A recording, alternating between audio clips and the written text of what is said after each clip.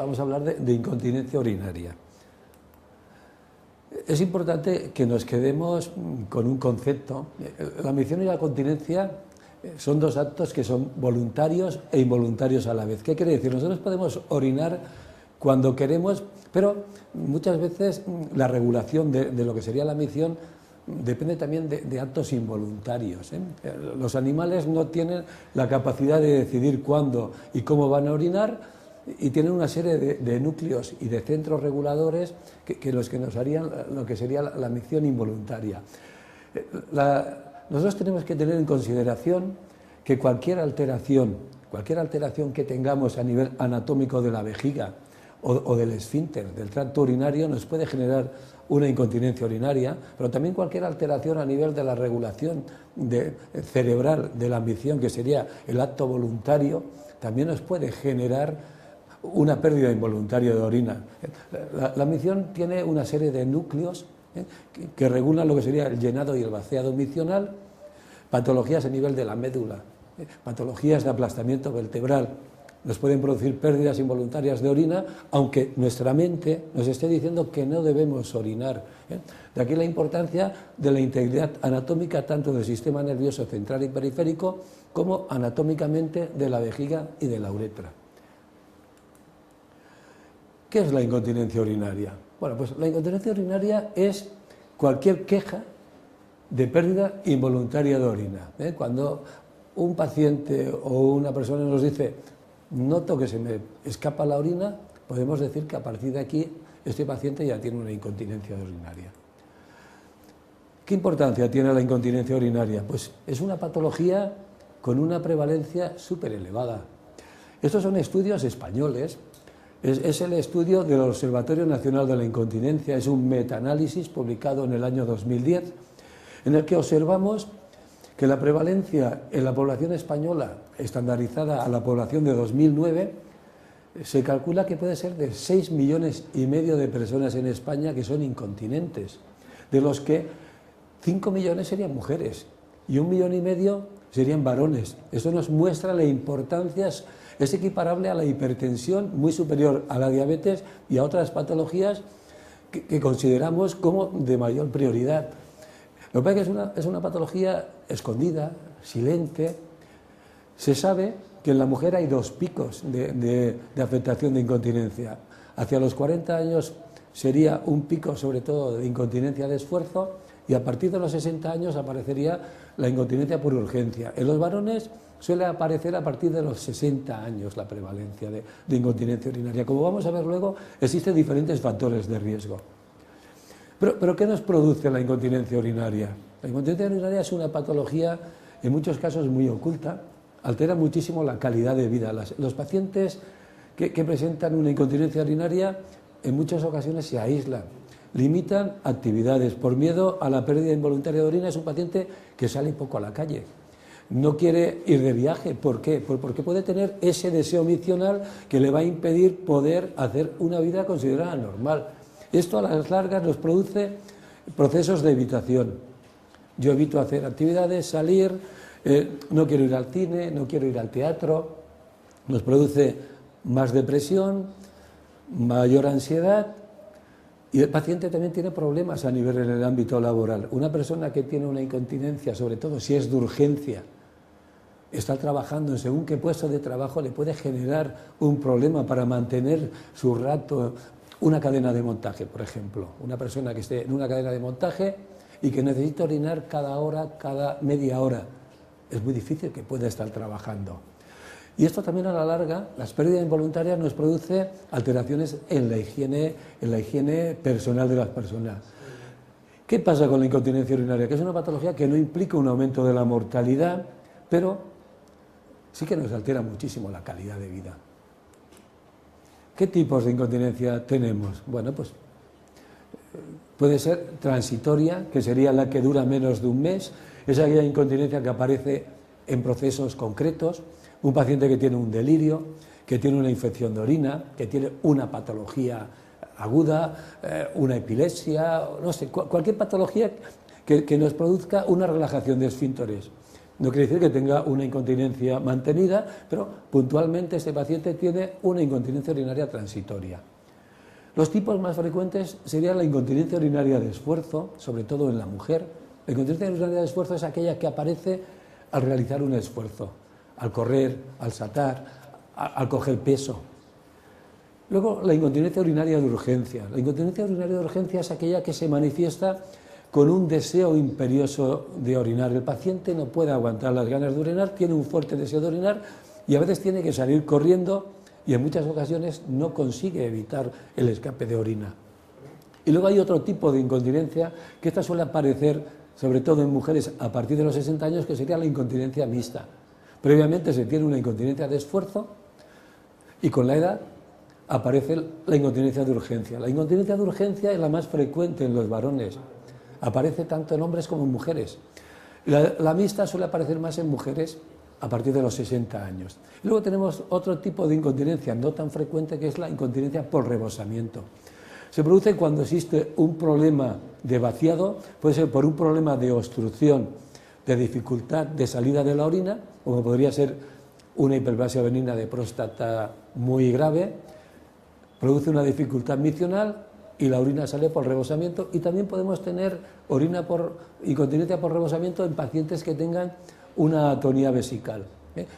Esto puede aparecer en pacientes con neuropatías. La atonía vesical es la vejiga no tiene contractibilidad y no consigue vaciarse por sí misma, entonces el paciente orina cuando por rebosamiento sale la orina. Son pacientes que muchas veces no tienen ni sensibilidad en la vejiga para poder vaciarla.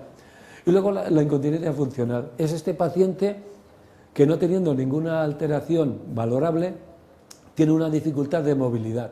Es un paciente que le cuesta llegar al lavabo, pues porque tiene un problema de movilidad, tiene una patología que le impide poder levantarse, entonces muchas veces se le escapa la orina por este motivo. ¿Qué debemos hacer para diagnosticar un paciente con incontinencia? Bueno, pues se sabe que en atención primaria, sobre todo los médicos de atención primaria, tenemos las herramientas que son muy básicas, que es la anamnesis, preguntar el cómo, cuándo, por qué, en qué circunstancias, de qué forma, de qué manera, una exploración física en la que vamos a hacer en varones una exploración con tacto rectal, y en las mujeres vamos a ver que no haya prolapsos genitales, que no haya un cistocele, que no haya un descenso del útero, de la vejiga, etc. Se aconseja que, como despistaje, no esperemos a que los pacientes nos digan que tienen incontinencia de orina. Deberíamos preguntar si se presentan pérdidas involuntarias en mujeres asintomáticas antes de los 40 años, al menos una vez, y en varones a partir de los 55 años, porque son las edades en las que empieza la prevalencia de estas patologías. Un aspecto muy importante que tenemos que utilizar y que yo creo que tanto desde la atención primaria como en una oficina de farmacia, al paciente que nos dice que tiene una pérdida involuntaria de orina, sería rellenar un diario miccional. Con el diario miccional nosotros, ¿qué es lo que hacemos? Pues vamos a saber a qué hora se presenta el escape de orina, vamos a ver qué cantidad de líquidos está tomando este paciente, la ingesta de líquidos, cuántas veces orina, cuántas veces tiene emisiones normales, la cantidad de orina, las veces que se le escapa la orina, en qué circunstancia, si es poca cantidad, moderada, abundante, y haciendo qué actividades se le escapa la orina, al hacer un esfuerzo, sin hacer ningún esfuerzo. Y también vamos a preguntar si el paciente utiliza pañales, qué tipo y la cantidad de pañales. Esto nos va a servir para evaluar el tipo de incontinencia y la severidad de esta incontinencia.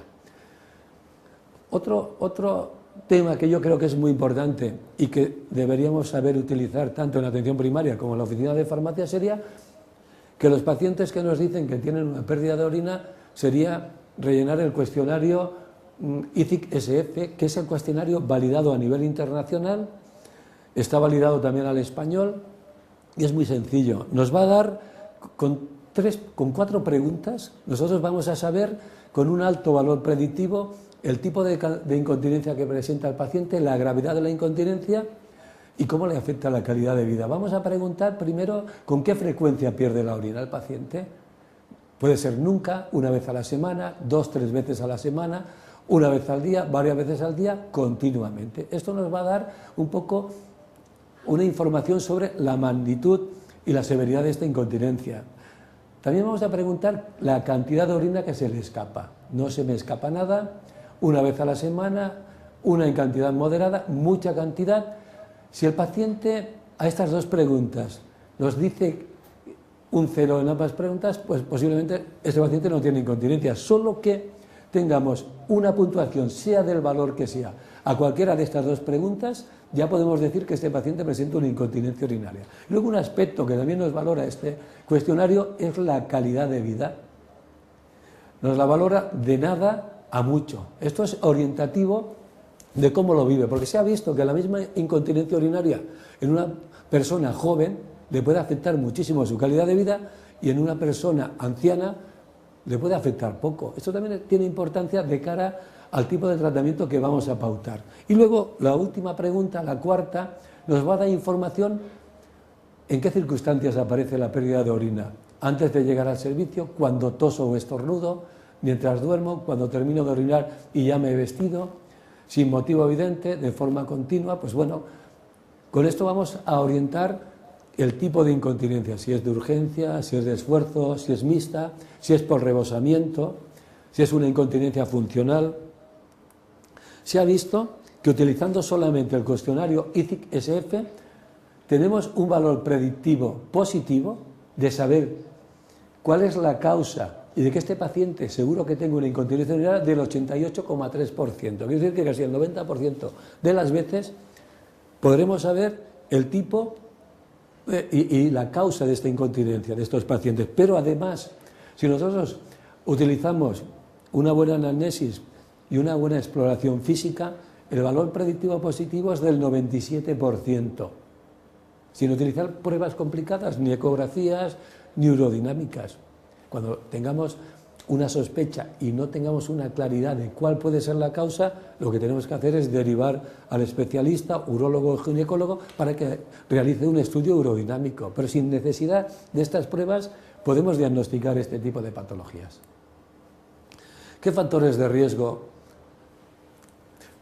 son los que nos pueden generar una incontinencia urinaria? Es importante que tengamos en consideración que en la mujer lo más importante es el número de partos.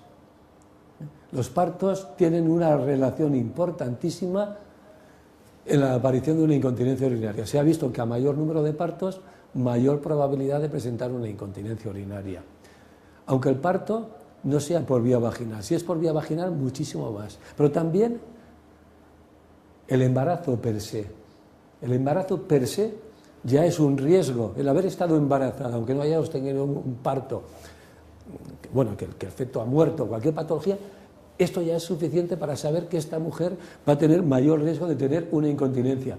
Cualquier disfunción a nivel del esfínter uretral, patologías disinergias, patologías neurológicas, esto como es lógico ya lo sabemos. Y luego también la cirugía ginecológica. En mujeres que se les ha realizado una histerectomía, aumenta también el riesgo de tener incontinencia urinaria, sobre todo este tipo, en las mujeres sería incontinencia urinaria de esfuerzo. ¿Por qué? ¿Por qué se produce esta incontinencia urinaria de esfuerzo? La mujer es muy importante en el mantenimiento de la continencia del suelo pélvico. El suelo pélvico es una hamaca, es una cama sobre la que descansan pues diferentes estructuras, la vejiga, el útero y el recto. Sería más o menos un ángulo recto entre lo que sería la vejiga, la uretra y el suelo pélvico, sería un ángulo recto. Sabemos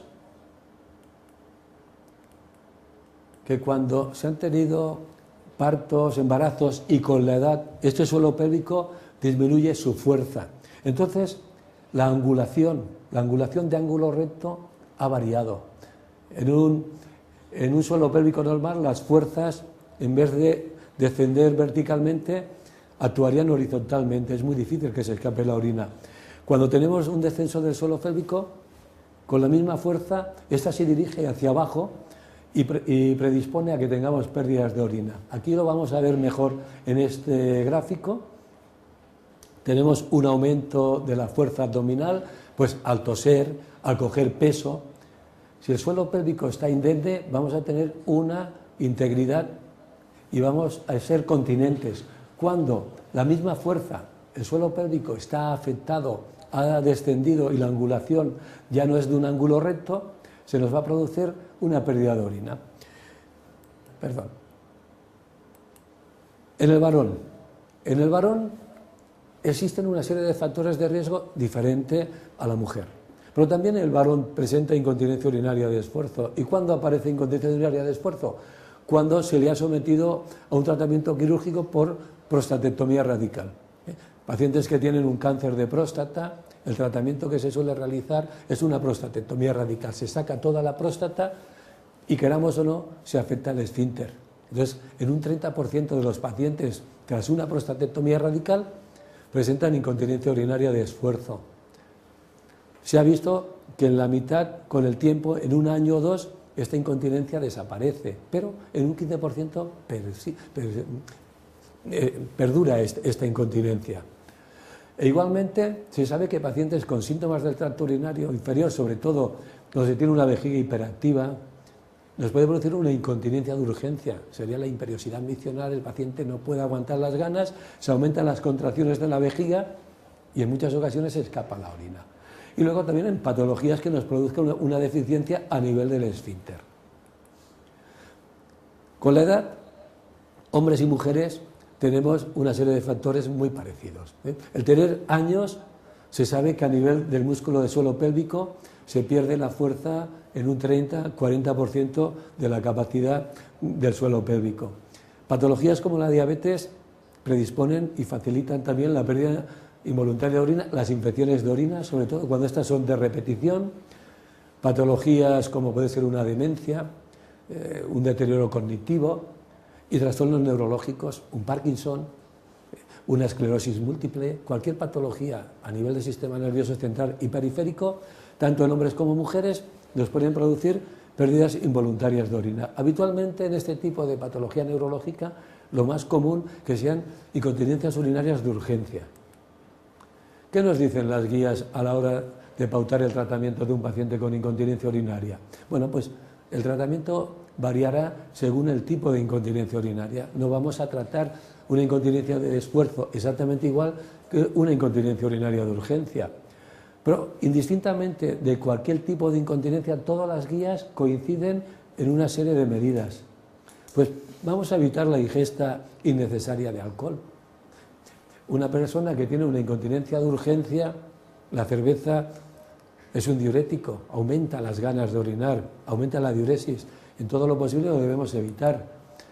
Vamos a evitar también la toma de café, cafeína.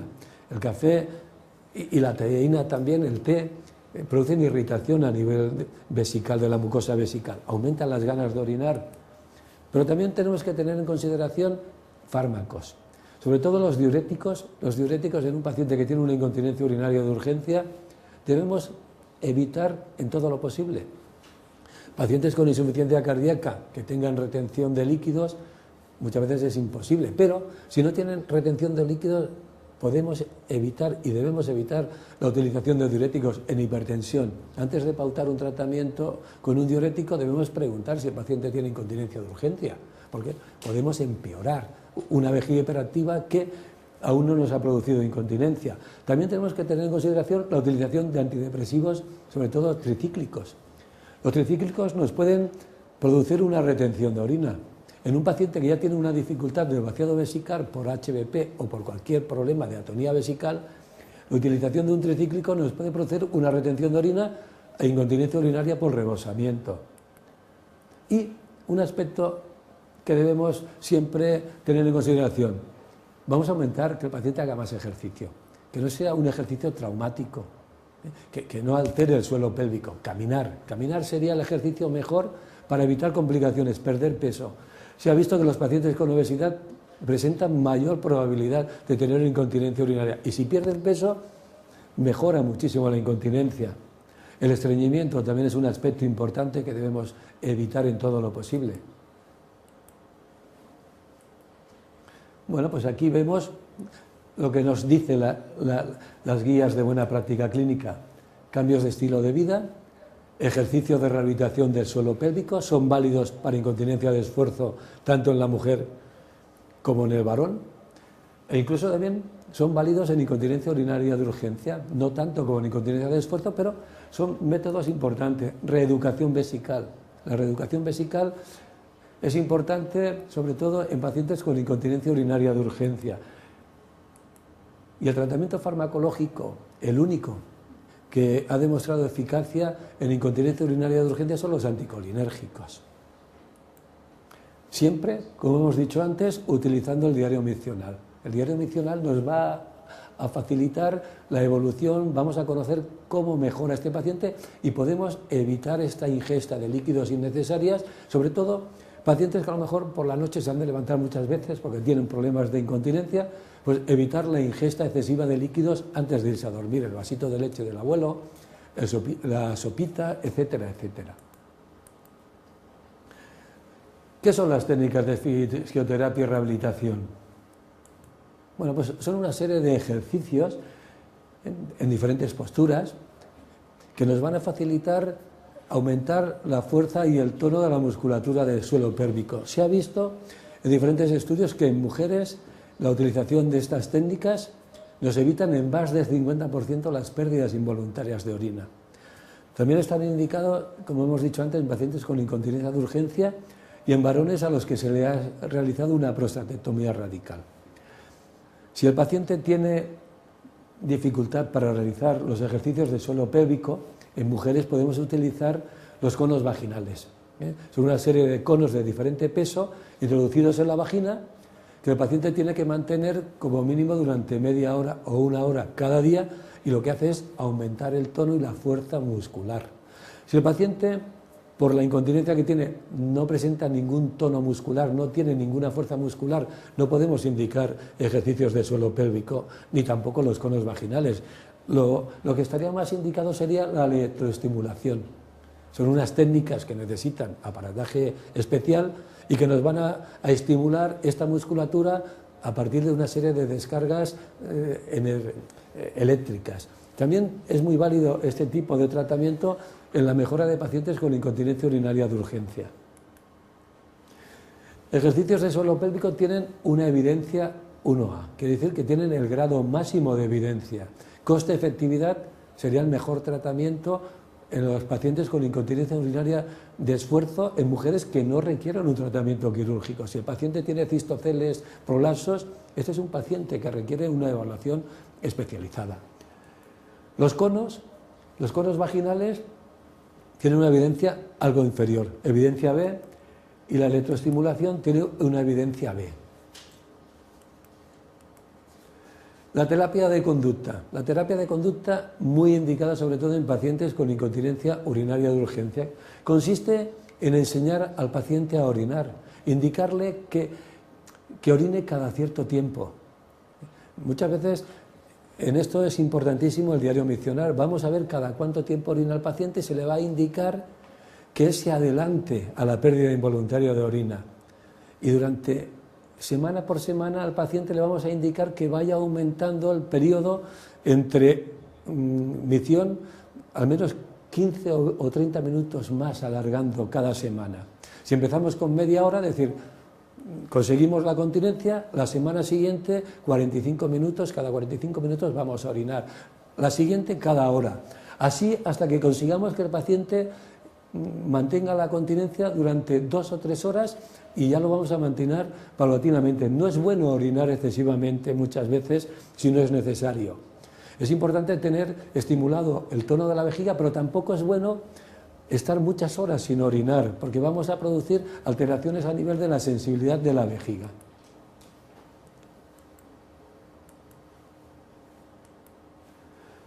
¿Cuál es el tratamiento farmacológico único que podemos utilizar en pacientes con incontinencia urinaria de urgencia? Pues serían los antimuscarínicos. ¿Cuál es la función de los antimuscarínicos? Los antimuscarínicos lo que hacen es evitar las contracciones involuntarias del detrusor, del músculo de la vejiga.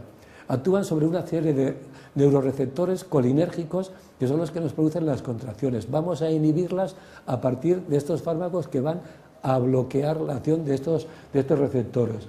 Son el eje principal en pacientes con incontinencia urinaria de urgencia y todos tienen una evidencia 1A. Pero, ¿qué pasa con los anticolinérgicos? Los anticolinérgicos actúan sobre diferentes receptores. A nivel de vejiga, los anticolinérgicos que tenemos son M2, M3. Entonces, tenemos que utilizar siempre fármacos anticolinérgicos muy selectivos de la vejiga. Pero hay un pero. El pero es que a nivel cardíaco también tenemos receptores M2, M3. Esto no lo podemos evitar.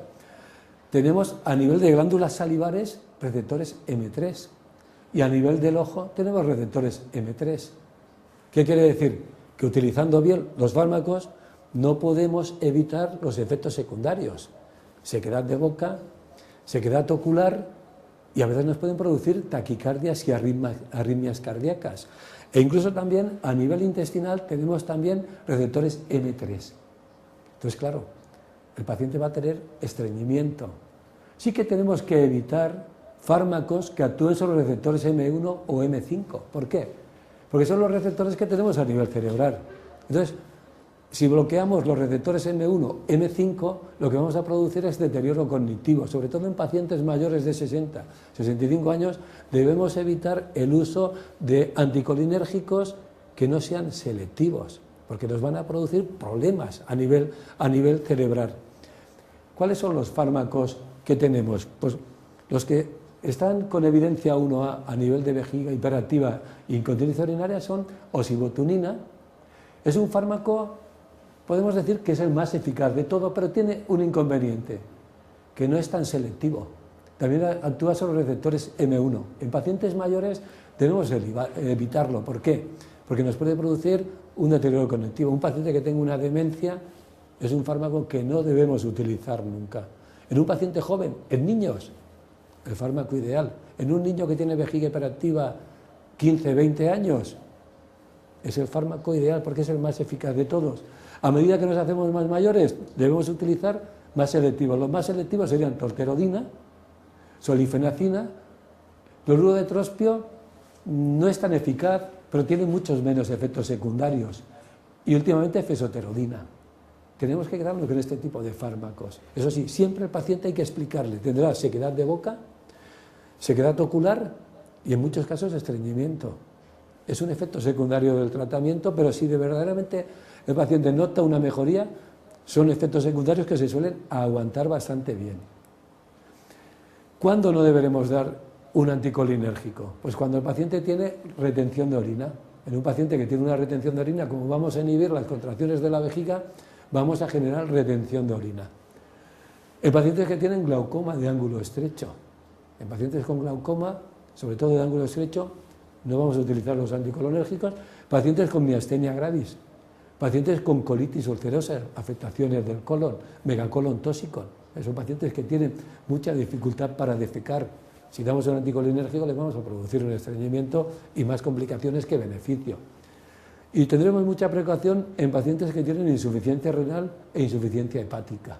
Tenemos que considerar que las dosis que tenemos que pautar en estos pacientes será por la mitad y hacer un control sobre todo de la función hepática y la función renal. En el resto de pacientes pues no hay ninguna contraindicación. Otros tratamientos que se han utilizado es el flavosato. Se ha visto que no aporta nada, no debemos utilizarlo. Antidepresivos tricíclicos.